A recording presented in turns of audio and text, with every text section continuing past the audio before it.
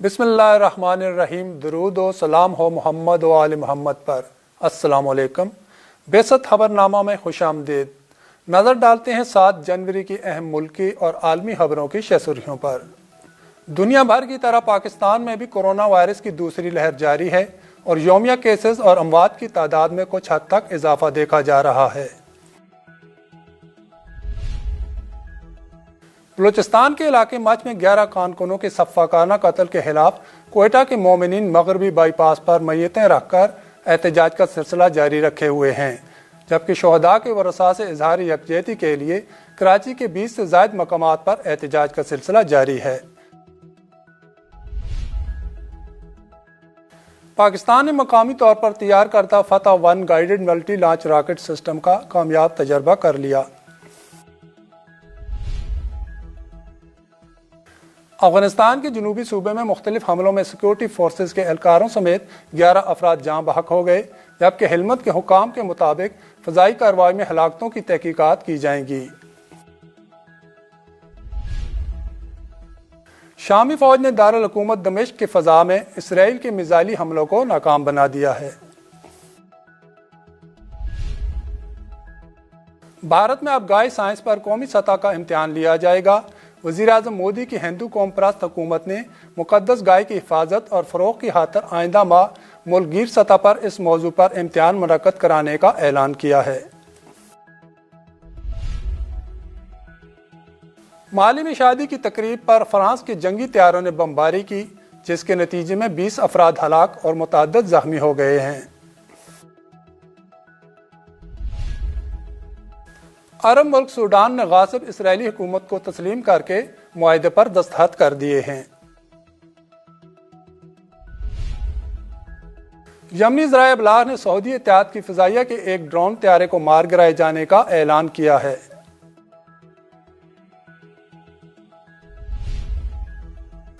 حالیہ امریکی تاریخ کے پرتشدد دنوں میں سے ایک کے دوران امریکی کانگریس نے جو بائیڈن کی صدارتی انتخاب میں فتح اور امریکہ کا 46واں صدر بنانے کی توثیق کر دی ہے۔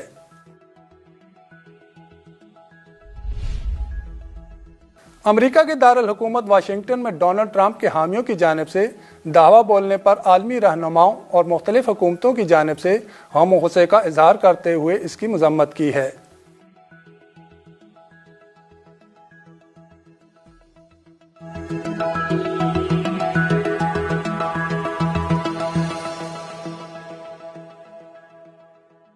اور اب خبریں تفصیل کے ساتھ۔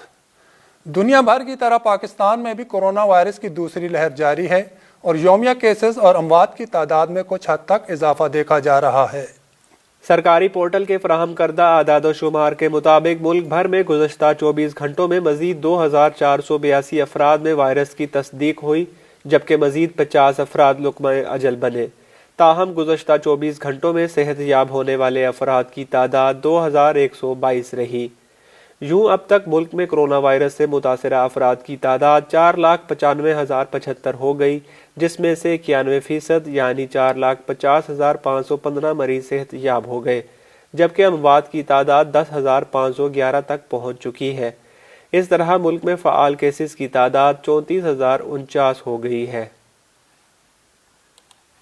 بلوچستان کے علاقے مچ میں 11 کارکنوں کے سفاکانہ قتل کے خلاف کوئٹہ کے مومنین مغربی بائی پاس پر میتیں رکھ کر احتجاج کا سلسلہ جاری رکھے ہوئے ہیں، جبکہ شہداء کے ورثاء سے اظہار یکجہتی کے لیے کراچی کے 20 سے زائد مقامات پر احتجاج کا سلسلہ جاری ہے، جس کے باعث ٹریفک کی روانی میں نہ صرف بری طرح خلل پڑ رہا ہے بلکہ Pakistan international air line PIA کا فلائٹ آپریشن بھی متاثر ہوا ہے۔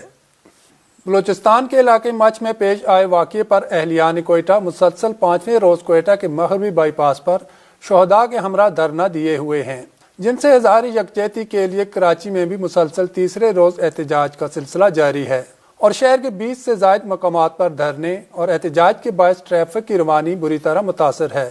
شہر قائد کے مختلف علاقوں میں جاری احتجاج اور سڑکوں کی بندش نے پاکستان انٹرنیشنل ایئر لائنز کے آپریشن کو بھی شدید متاثر کیا ہے۔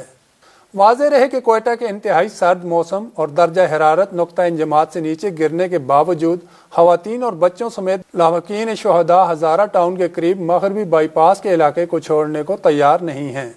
مظاہرین کا یہ احتجاج 5ویں دن میں داخل ہو چکا ہے۔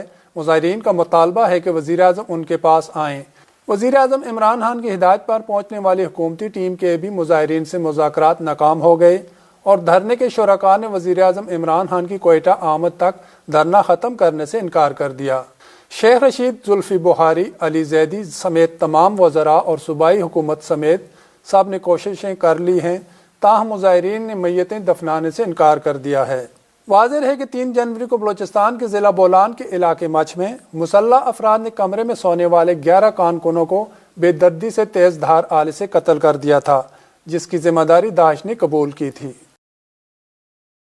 پاکستان نے مقامی طور پر تیار کردہ فتح 1 guided multi launch rocket system کا کامیاب تجربہ کر لیا۔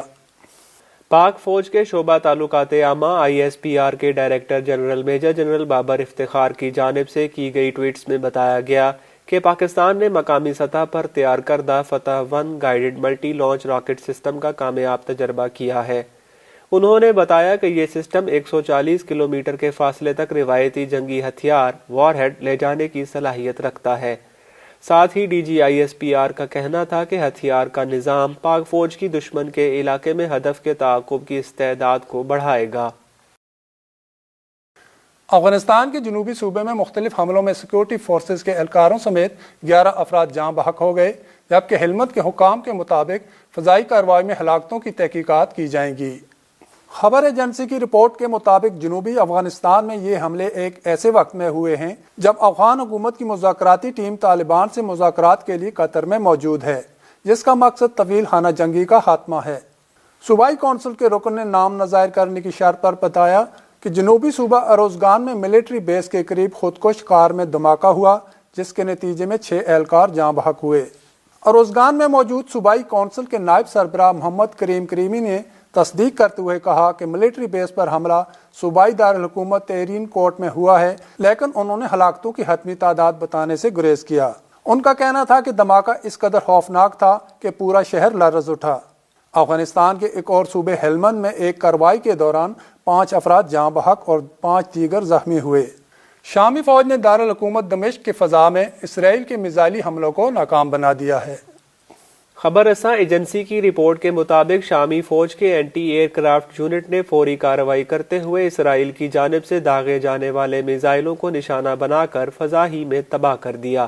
صہیونی حکومت اس سے پہلے بھی کئی بار دہشت گردوں کی حمایت میں شامی فوج اور اس ملک کی بنیادی تنصیبات کو نشانہ بناتی رہی ہے۔ یاد رہے کہ 2011 میں امریکہ اور سعودی عرب کے حمایت یافتہ دہشت گردوں نے شام میں سیکیورٹی بحران کو ہوا دی، تاہم شامی فوج نے ایران، استقامتی قوتوں اور روس کی مدد سے خونخوار دہشت گردوں من جملہ تکفیری ٹولے داعش کو شکست دی۔ تاہم اب بھی شام کے بعض علاقوں میں امریکہ، سعودی عرب اور ترکی کے حمایت یافتہ دہشت گرد عناصر سرگرم عمل ہیں۔ بھارت میں اب گائے سائنس پر قومی سطح کا امتحان لیا جائے گا۔ وزیر اعظم مودی کی ہندو قوم پرست حکومت نے مقدس گائے کی حفاظت اور فروغ کی خاطر آئندہ ماہ ملک گیر سطح پر اس موضوع پر امتحان منعقد کرانے کا اعلان کیا ہے۔ حکومتی ادارے راشٹریہ کام دھینو آیوگ قومی گائے کمیشن کے زیر انتظام قومی سطح کا یہ آن لائن امتحان 25 فروری کو منعقد ہوگا، جس میں بچوں سے لے کر بالغوں تک حتیٰ کہ غیر ملکی بھی حصہ لے سکتے ہیں۔ امتحان میں ہندی اور انگریزی سمیت 12 علاقائی زبانوں میں 100 ملٹیپل چوائس سوالات MCQ پوچھے جائیں گے اور کامیاب افراد کو سند اور انعامات دیے جائیں گے۔ راشٹریہ کام دھینو آیوگ RKA کے چیئرمین اور حکمران بھارتیہ جنتا پارٹی کے رکن پارلیمان ولبھ بھائی کتھیریا کا کہنا ہے کہ اس امتحان کا مقصد عوام میں گائے کی اہمیت کے حوالے سے تجسس پیدا کرنا اور اس مقدس جانور کے تئیں احساس جگانا ہے۔ مالی میں شادی کی تقریب پر فرانس کے جنگی طیاروں نے بمباری کی، جس کے نتیجے میں 20 افراد ہلاک اور متعدد زخمی ہو گئے ہیں۔ اطلاعات کے مطابق مالی کے دارالحکومت بماکو سے 600 کلومیٹر دور واقع گاؤں پر فرانس کے جنگی طیاروں نے حملے کیے۔ فرانسیسی فوج کے ترجمان نے دعویٰ کیا ہے کہ فضائی حملہ انٹیلیجنس بنیادوں پر حاصل ہونے والی معلومات کی بنا پر دہشت گردوں کے ٹھکانے پر کیا گیا، جس میں شہریوں کا جانی و مالی نقصان نہیں ہوا۔ ادھر علاقہ مکینوں نے دعویٰ کیا ہے کہ فرانسیسی طیاروں نے ایک ایسے گھر کو نشانہ بنایا جہاں شادی کی تقریب جاری تھی اور مرنے والے گاؤں کے نہتے شہری تھے۔ مالی میں اقوام متحدہ کے مشن نے بھی گاؤں پر فضائی حملے کی تصدیق کی ہے، تاہم کسی قسم کی تفصیلات جاری نہیں کی ہیں۔ اسی طرح مالی کی حکومت نے بھی اس واقعے پر چپ سادھ رکھی ہے۔ واضح رہے کہ گزشتہ روز داعش نے مالی میں ایک کارروائی کے دوران فرانسیسی فوج کے 2 اہلکاروں کو ہلاک کرنے کا دعویٰ کیا تھا۔ عرب ملک سوڈان نے غاصب اسرائیلی حکومت کو تسلیم کر کے معاہدے پر دستخط کر دیے ہیں۔ سوڈان امریکی دباؤ میں آ کر متحدہ عرب امارات اور بحرین کے بعد اسرائیل کو تسلیم کرنے والا 5واں عرب ملک بن گیا ہے۔ دونوں ملکوں نے معاہدہ ابراہیم پر دستخط کر دیے، جس کے بعد سوڈانی حکومت نے معاہدے کی تصدیق کی ہے۔ واضح رہے کہ سوڈان کی وزارت خارجہ نے چند روز قبل ایک بیان جاری کر کے دعویٰ کیا تھا کہ امریکہ نے اس سے وعدہ کیا ہے کہ اسرائیل کے ساتھ تعلقات قائم کرنے کے عوض اس کے قرضے کم ہو جائیں گے، اور واشنگٹن اور تل ابیب نے سوڈان کی اقتصادی حالت کو بہتر بنانے کا وعدہ کیا ہے۔ بیان میں آیا ہے کہ امریکی حکومت نے وعدہ کیا ہے کہ وہ اپنے اتحادیوں کے ساتھ مل کر سوڈان کا قرض کم کرانے کی کوشش کرے گی، جبکہ تل ابیب نے بھی فوڈ سیکورٹی کے بارے میں سوڈان کی مدد کرنے کا وعدہ کیا ہے۔ عرب میڈیا کے مطابق آل سعود قبیلے نے بھی سوڈان کو یہ وعدہ دے رکھا ہے کہ اگر وہ غاصب صہیونی حکومت کے ساتھ معاہدے پر دستخط کر دے تو سوڈان کی جانب سے امریکہ کو ادا کیا جانے والا تاوان سعودی عرب کی جانب سے ادا کر دیا جائے گا۔ سوڈان گزشتہ 1 سال سے اس کوشش میں تھا کہ اس کا نام امریکہ کی بلیک لسٹ سے نکل جائے اور امریکہ اسے نام نہاد دہشت گردوں کی فہرست سے نکال دے۔ سوڈان پر اسرائیل کے ساتھ روابط کی برقراری کے لیے امریکہ کا دباؤ ایسے وقت میں جاری رہا کہ جب سوڈان کی مجمع فقہ اسلامی نے اسرائیل کے ساتھ ہر قسم کے تعلقات کو حرام قرار دیا ہے۔ خیال رہے کہ متحدہ عرب امارات اور بحرین نے 13 اگست کو اسرائیل کے ساتھ تعلقات کو معمول پر لانے کے لیے ایک سمجھوتے پر دستخط کیے تھے، جس کی عالمی سطح پر سخت مذمت کی گئی۔ یمنی ذرائع ابلاغ نے سعودی اتحاد کی فضائیہ کے ایک ڈرون طیارے کو مار گرائے جانے کا اعلان کیا ہے۔ خبر رساں ایجنسی کی رپورٹ کے مطابق یمن کی مسلح افواج کے ترجمان یحییٰ سری نے ملکی فوج اور رضاکار فورس کی جانب سے سعودی عرب کے پیش رفتہ ڈرون طیارے کو صوبہ الجف کے علاقے المحاشمہ میں مار گرائے جانے کا اعلان کیا ہے۔ یحییٰ سری کا کہنا تھا کہ سعودی عرب کے اس ڈرون کو ایک مناسب میزائل سے مارا گیا ہے۔ سعودی عرب اور اس کے بعض اتحادی ممالک امریکہ اور دیگر ممالک کی حمایت سے مارچ 2015 سے یمن پر وحشیانہ حملے کر رہے ہیں۔ اس عرصے میں دسیوں ہزار یمنی شہری شہید اور زخمی ہوئے۔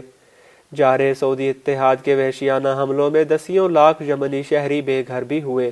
سعودی عرب اپنے تمام تر وحشیانہ حملوں کے باوجود اپنا ایک بھی مقصد اب تک حاصل نہیں کر سکا۔ پچھلے چند برسوں کے دوران یمن کی فوج اور عوامی رضاکار فورس کی دفاعی طاقت میں غیر معمولی اضافہ ہوا ہے، اور محاصرے کے باوجود یمنی فورسز کی دفاعی طاقت میں روز بروز اضافہ ہو رہا ہے۔ حالیہ امریکی تاریخ کے پرتشدد دنوں میں سے ایک کے دوران امریکی کانگریس نے جو بائیڈن کی صدارتی انتخاب میں فتح اور امریکہ کا 46واں صدر بنانے کی توثیق کر دی ہے۔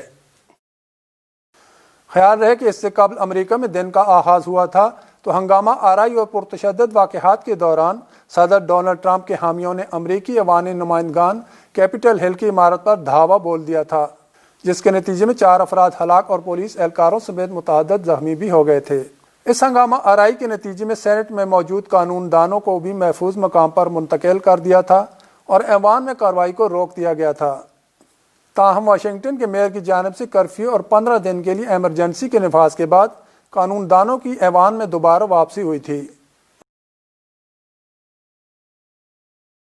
امریکہ کے دارالحکومت واشنگٹن میں ڈونلڈ ٹرمپ کے حامیوں کی جانب سے دعویٰ بولنے پر عالمی رہنماؤں اور مختلف حکومتوں کی جانب سے غم و غصے کا اظہار کرتے ہوئے اس کی مذمت کی ہے۔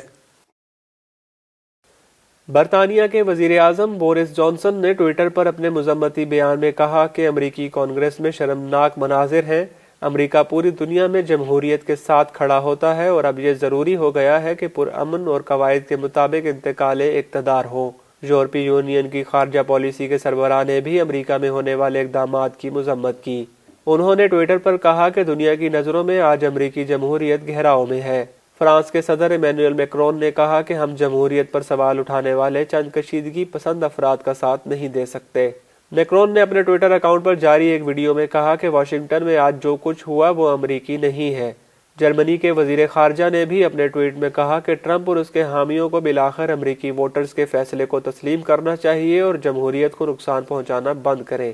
کینیڈا کے وزیر اعظم جسٹن ٹروڈو نے بھی ٹویٹ کیا اور کہا کہ امریکی دارالحکومت کے مناظر جمہوریت پر ایک حملہ ہے۔